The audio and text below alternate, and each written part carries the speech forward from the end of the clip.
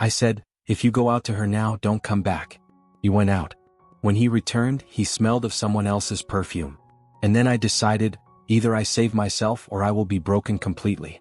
My name is Jessica, I'm 32, and just a few weeks ago I walked out of the house I had shared with my husband Tyler, 38, and closed the door on a life I thought I would be living for the rest of my years.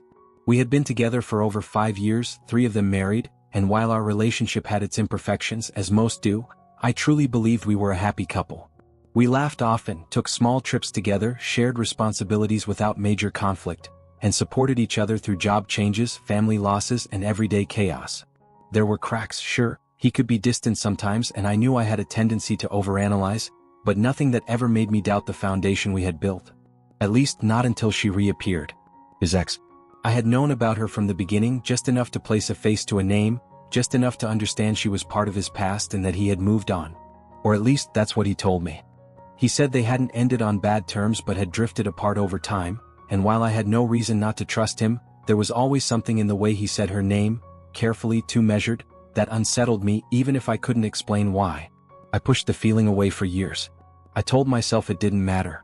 Until the day she reached out to me. And in a single conversation, everything I thought I knew about my marriage unraveled. When Tyler and I first started dating, I had no idea that I wasn't the only one in the picture, that while he was taking me out to dinner, texting me goodnight, and holding my hand like I was the only person who mattered, he was also in a relationship with another woman, a girl named Ashley. I didn't find out from him, of course. I found out by accident, through mutual friends at a get-together where someone mentioned her name in passing, assuming I already knew. I remember feeling like the floor had quietly shifted beneath me, like the world hadn't quite caught up to what I just heard. When I confronted Tyler about it, expecting confusion or at the very least regret, he barely flinched.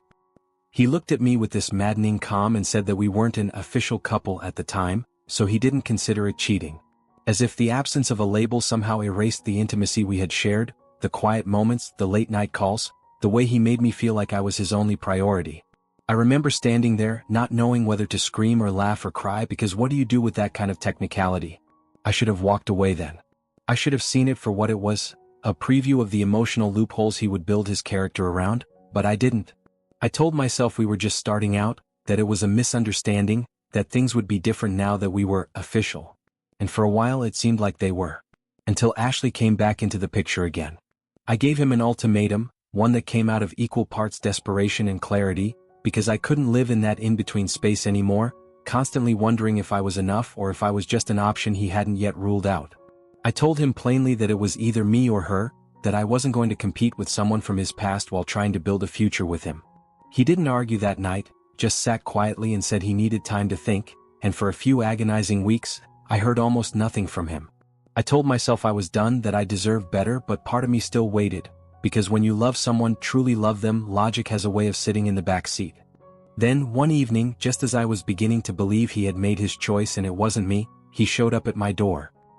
He looked tired, like he hadn't slept well in days, but his voice was steady when he told me he had ended things with Ashley.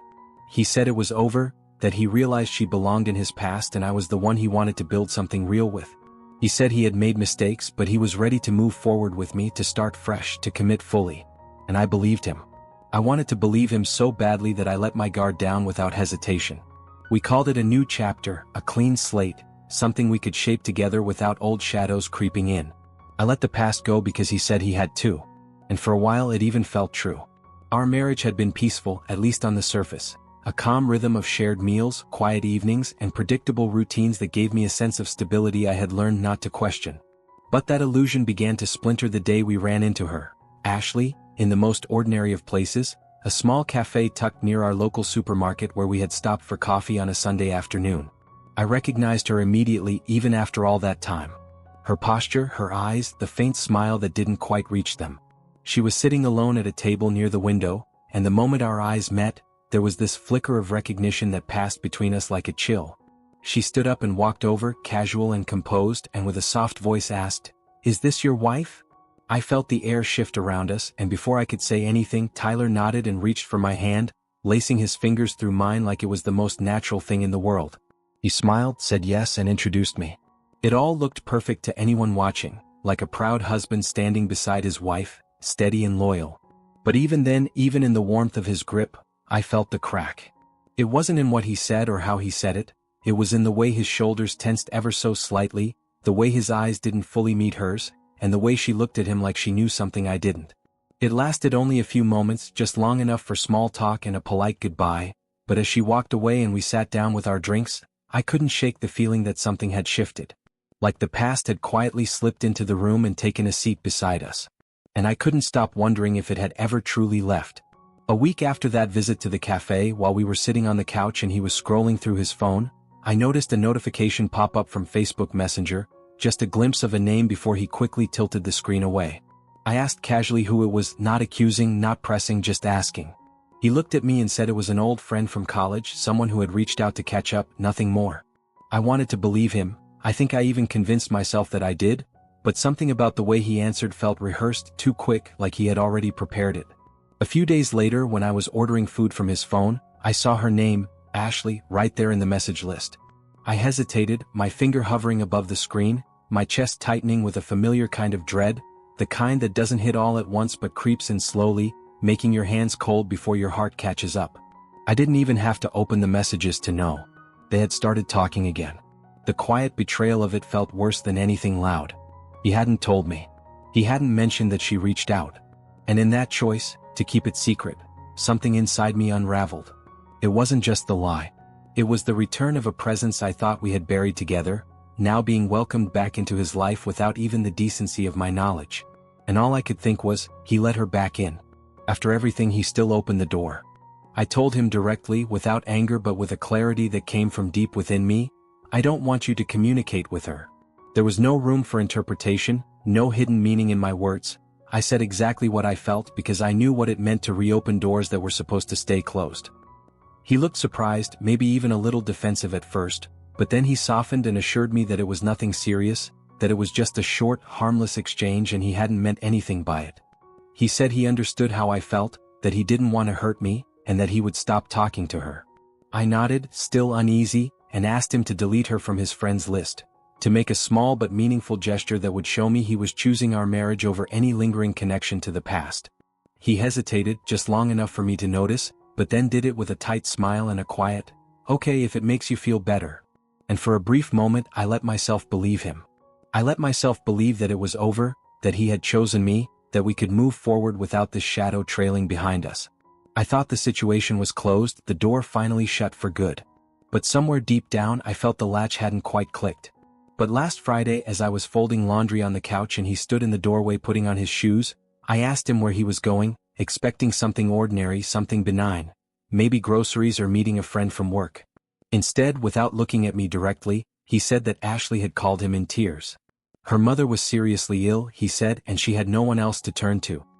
His voice was calm, almost too calm, like he had already rehearsed the explanation in his head before I even asked.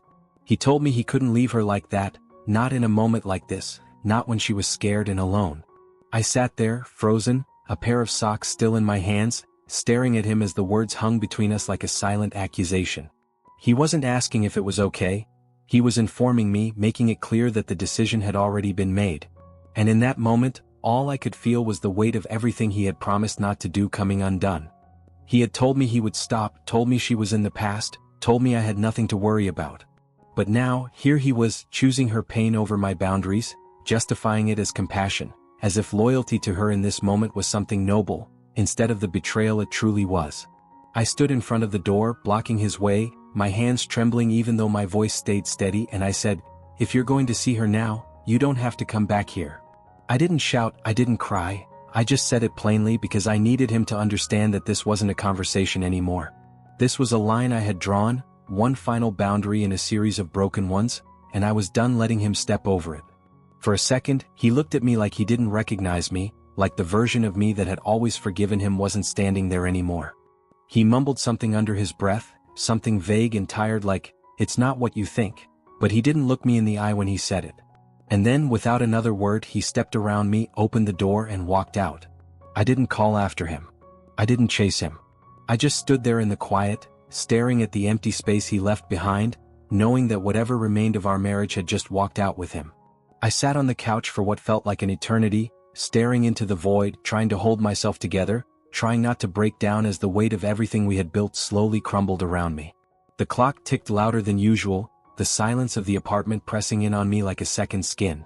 3 hours later, the front door opened, and he walked back in as if those hours hadn't fractured something permanent, as if he could undo it just by showing up. He didn't speak right away, and I didn't give him the chance to pretend this could go back to how it was. I stood up and looked at him, and with a voice that came from somewhere deeper than anger, I said, "You don't sleep here anymore." The words hit harder than I expected, not just for him but for me too, because saying them out loud made everything real. We had a fight, of course we did. One of those bitter, raw exchanges where every word is a wound and neither person is willing to be the first to bleed. He tried to explain, to spin it, to twist my doubt into overreaction, but I was done listening. I was done being the one who bet. He left again that night, the door closing behind him with a thud that echoed through the hollow spaces of our home. And he never came back. Not to talk, not to pack, not even to say goodbye. He just vanished from the life we once promised to build together, and all that remained was the silence I had once feared. But now, strangely, it felt like freedom. The next day, I checked his location out of habit more than anything else, not because I wanted to chase him down, but because some small part of me still hoped for a sign that he hadn't completely shut the door.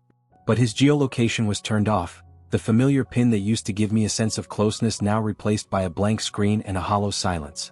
I called him once, then again a few hours later, not to beg or plead, but just to hear his voice, to understand something, anything, but he didn't answer. Not even a message to say he was okay. Not even a lie. That night I didn't sleep. I laid in bed staring at the ceiling, my chest tight with the kind of anxiety that comes in waves, grief and confusion, disbelief and anger, none of it settling, none of it giving me peace. I kept replaying every moment from the past few days, trying to find the exact second when everything tipped, when love turned into distance. By morning, my body felt like it had been through a war, my mind so clouded I could barely think straight. I picked up my phone, opened the work chat, and typed a short message, "I won't be coming in today. I just can't." Then I turned off my phone, curled up on the couch where his scent still lingered faintly on the throw blanket, and let the emptiness swallow me whole. I couldn't function, not that day. Not yet. He came back the next day without saying a word, quietly unlocking the door like he was returning from a regular errand, not from days of silence and emotional fallout. He didn't look at me when he walked in, didn't explain where he had been or why he had disappeared, just set down his bag, went straight to the bathroom and took a long shower. I sat there on the edge of the couch, still wrapped in the same blanket I hadn't left in hours, listening to the sound of water running, wondering what kind of person could walk away from someone like that and come back like nothing had happened. When he came out, he passed me in silence again and went to bed, slipping under the covers with the ease of someone who still believed this was his home. Later that evening, after the quiet had grown too loud to ignore, we finally talked. He pulled out his phone and showed me the messages from Ashley, as if the words on the screen might explain the choices he had made. She had written about a suicide attempt, threats she had made in the middle of the night, emotional breakdowns and pleas for help, and he told me he had felt like he couldn't just turn away. He said he was afraid she would hurt herself, that he had only gone to make sure she was safe. He seemed sincere, like he truly believed he was doing the right thing, but all I could feel was the growing weight of everything he had already broken. I looked at the messages, read every line, and even though part of me wanted to believe him, to trust that his intentions had come from a place of compassion, something inside me had already shut down.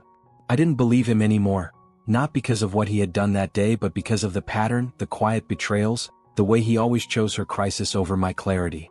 I had been pushed aside too many times to still believe I was the one being protected. Then, as if the silence and the late-night explanations hadn't already unraveled whatever thread of trust was still holding us together, I received an anonymous message with a screenshot attached. At first, I thought it was spam, one of those random inbox intrusions you delete without opening, but something about the sender's name, or rather, the absence of one, made me pause. When I opened it, my stomach twisted instantly. It was a photo from Ashley's public Instagram account. She was standing in front of a mirror in her underwear, posed deliberately, confidently, with the caption scrawled beneath in bright, mocking bold, "She'll have to taste me when she kisses him." I stared at it for a long time, my heart racing, a bitter heat rising in my throat that I couldn't swallow. It wasn't just the image, it was the cruelty, the certainty behind the words, the implication that what I feared was not only true but being paraded for everyone to see. I walked straight to Tyler, held up my phone and showed him the message. He barely glanced at it before shrugging like it was nothing, like it was harmless noise. Then he said, "It's just a song lyric," as if that explained everything, as if that somehow erased the meaning behind what she posted, the pointedness of the words, the intention buried just beneath the surface. Absurd didn't even begin to cover it. I stood there, watching him excuse it with a level of detachment that was almost impressive, and all I could think was how far he had drifted from the man I thought I had married. He wasn't defending me. He wasn't even shocked. He was downplaying her again. And in that moment, I understood with complete clarity that I had never truly been the priority. I had only ever been the one willing to stay. I began to suspect that she was behind the strange, unsettling calls that had started coming into my workplace, calls that at first seemed like random misunderstandings but quickly escalated into a pattern I could no longer ignore. We were being bombarded with fake complaints, claims about my behavior, lies about how I treated customers, accusations that felt almost surgical in how specific and damaging they were. My manager tried to defend me for a while, but eventually the pressure became too much, and the company made a decision to let me go under the guise of preserving workplace integrity. I had never been written up before, never had a serious issue at work, and suddenly I was packing up my desk in silence, humiliated and shaken. When I came home and told Tyler what had happened, expecting at least some shred of outrage or concern, he didn't even look surprised. He sat there calmly, listening with an expression I couldn't quite read, and then said I was being paranoid. He told me I was jumping to conclusions, that I was letting my emotions get the better of me, that I couldn't possibly know who was behind those calls. He dismissed the possibility that Ashley would go that far, that anyone would really, and insisted it was probably just workplace politics or bad timing. I stood there, jobless and betrayed, and realized I wasn't just living with someone who didn't protect me, I was living with someone who didn't even believe me. And then, as if everything that had already happened wasn't enough, he came home late one night, well past 2 a.m, drunk, unsteady on his feet, with glitter clinging to the sleeves of his jacket and a faint but undeniable smudge of lipstick on the collar of his shirt. He tried to laugh it off when I met him at the door, slurring something about how it was just a girl who snuggled up in the club, like that kind of intimacy from a stranger could be explained away with a shrug and a bad excuse. His eyes were glassy, his breath thick with alcohol, and not once did he apologize. Not for the hour, not for the state he was in, not for the complete disregard for everything we had already been through. I didn't argue with him. I didn't scream or demand the truth. I just stood there in the hallway looking at this man I no longer recognized and realized I had nothing left to fight for. The next morning, before the sun had even fully risen, I quietly packed my things. I didn't take much, just the essentials, the pieces of myself that still felt like mine, and left the ring on the nightstand where he'd be sure to find it. I drove to my parents' house in silence, not crying, not shaking, just numb with the kind of clarity that only comes when the last thread finally snaps. I didn't leave because of one night. I left because everything leading up to that moment had already been the goodbye. This was just the closing scene. Now I live in another city, far enough away that I can breathe without constantly wondering if I'll run into a shadow from my past, far enough that I can begin again without the weight of his presence pressing in on every decision I make. I'm looking for a new job, one that will allow me to rebuild not just my finances but also my confidence, which he chipped away at so quietly over the years that I didn't even realize how much of myself I had lost until I left. He still calls, though less now than before, his voice threaded with guilt and desperation, alternating between apologies and empty promises. He sends gifts I never asked for, flowers, jewelry, handwritten notes quoting memories that once meant something to us, but now feel like manipulation wrapped in nostalgia. He tries to influence me through mutual friends, people who reach out under the guise of concern but almost always end up circling back to him, trying to convince me that he's changing, that he's heartbroken, that he needs me to come home. But I'm tired. Tired of being the one who was always expected to forgive, to explain, to hold everything together while he unraveled without consequence. I haven't filed for divorce yet, not because I have doubts, but because I'm still gathering the strength to face the final step. It's a matter of time, one form, one signature, one last door to close for good. Because I can't live in a lie anymore. I won't. And in this quiet, uncertain chapter of my life, the one thing I know with absolute clarity is that leaving was the beginning of saving myself.